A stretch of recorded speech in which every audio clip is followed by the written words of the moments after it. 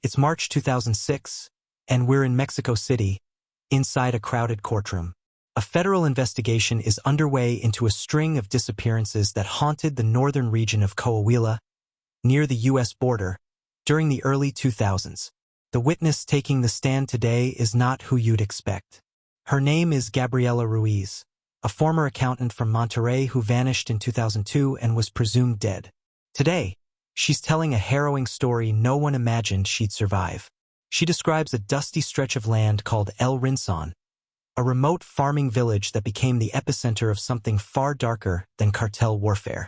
According to Gabriela, what she saw wasn't just murder. It was ritualistic, industrial, systematic. She tells the court that what began as a kidnapping led her to a remote ranch in the desert. There, beneath corrugated metal roofs and inside hollowed-out barns, she saw cages, hooks, burn pits, shovels, cameras, and men, not cartel enforcers, not police, but foreigners standing and watching. This is the first time Mexico hears the name, the Executioners of El Rincón. But it won't be the last. In the years to come, journalists and investigators would dig into Gabriela's testimony and uncover a story so grotesque, so well hidden, it would shake the foundations of Mexico's already blood-soaked history of violence. Allegations would surface of wealthy thrill-seekers, some from the U.S., some from Europe, paying to take part in torture and executions. A human blood sport sold as entertainment in a place no one cared to look. This is True Crime Reports, a global crime show from Al-Azhar. Today's episode, The Executioners of El Rincón. We begin in 2001, in the quiet village of El Rincón, nestled between nothing and nowhere in the Mexican state of Coahuila. It's a place most people drive through, not to. Dirt roads, half-built homes, the kind of town where everyone knows your name and your business. This is where we meet Carlos Ortega, 21 years old, a local rancher's son and amateur photographer. Carlos was documenting life in El Rincón as part of a university project when, on May 8th, he captured something unusual. A convoy of black SUVs speeding through the village toward a long-abandoned cattle ranch 6 miles east. That night, the silence was broken by what many thought were fireworks. Others knew better. Gunshots, shouting, screams. Over the next 3 months, a pattern emerged. Dozens of people disappeared. Mostly migrants, addicts, street workers, and young men from impoverished neighborhoods across Coahuila. Authorities chalked it up to cartel turf wars. But in El Rincón, whispers grew. And then, on August 23rd, Carlos Ortega vanished. What happened next would only surface years later, when Gabriela Ruiz was found alive in a raid led by a rogue military unit investigating organized crime. She was discovered in a makeshift cell beneath the same ranch Carlos had once photographed. Gabriela's testimony is horrifying. She recounts the night she was taken, drugged, blindfolded, and transported for hours before waking up in what she thought was a slaughterhouse. She wasn't wrong. She describes rows of cages containing people, all stripped, all restrained, all terrified. She says the ranch was divided into zones, some for holding, some for preparation, and one for performance. The performance area had stadium-style lighting, reinforced soundproof walls, and cameras. Foreigners, some she recognized by accent, came dressed in military gear. They watched from behind one-way glass. Some recorded, some paid extra to participate. She said she survived because she had good teeth. One of the doctors on site told her so. Apparently dental condition mattered for the sick market they served.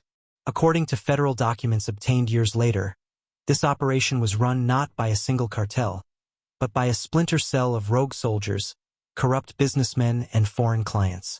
It was an enterprise, industrialized human slaughter. Victims were chosen for vulnerability, and no one ever came looking.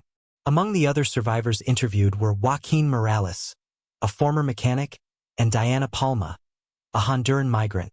Both spoke of the audience, and how weekends were the busiest. Saturday executions were allegedly booked in advance. Forensic teams recovered 47 sets of human remains at the ranch, but they suspect the true number exceeds 200. Acid pits, incinerators. The traces were almost completely erased. But two things changed the course of the case. First, a set of photographs taken by Carlos Ortega, buried in the attic of his family home. One shows a masked man posing with a rifle in front of the ranch's blood-smeared wall. In the background, a flag, not of any Mexican group, but an American state flag. Second, financial records recovered from a corrupt customs officer linking foreign bank transfers to a shell company registered in Malta. Funds had moved from accounts in Zurich, Ontario, and Nevada, directly into a Mexican security firm that supplied protection to El Rincón. By 2009, international arrest warrants were issued, but few were ever captured. Most vanished. Some were rumored to have bought their way into anonymity. Others were simply ghosts. Still, the survivors, like Gabriela, began to speak, and journalists began to dig. A 2018 documentary titled Desierto Privado won international acclaim and ignited global outrage. It featured never-before-seen footage smuggled from the ranch, videos too graphic to broadcast, faces blurred, victims not. But it also raised uncomfortable questions. How much did local authorities know? How high did the corruption go? And how many people chose to look away?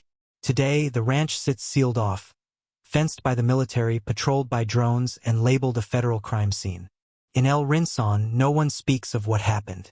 Many families left. Some still wait for answers. The church in the town center holds 237 candles, one for each presumed victim. Every Sunday they are relit. As of 2024, 16 people have been convicted in connection to the El Rincón killings. But none of the foreign participants have faced trial.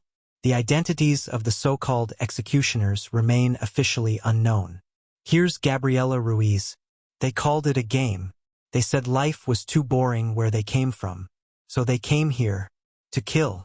And so, the silence of the desert holds its secrets still.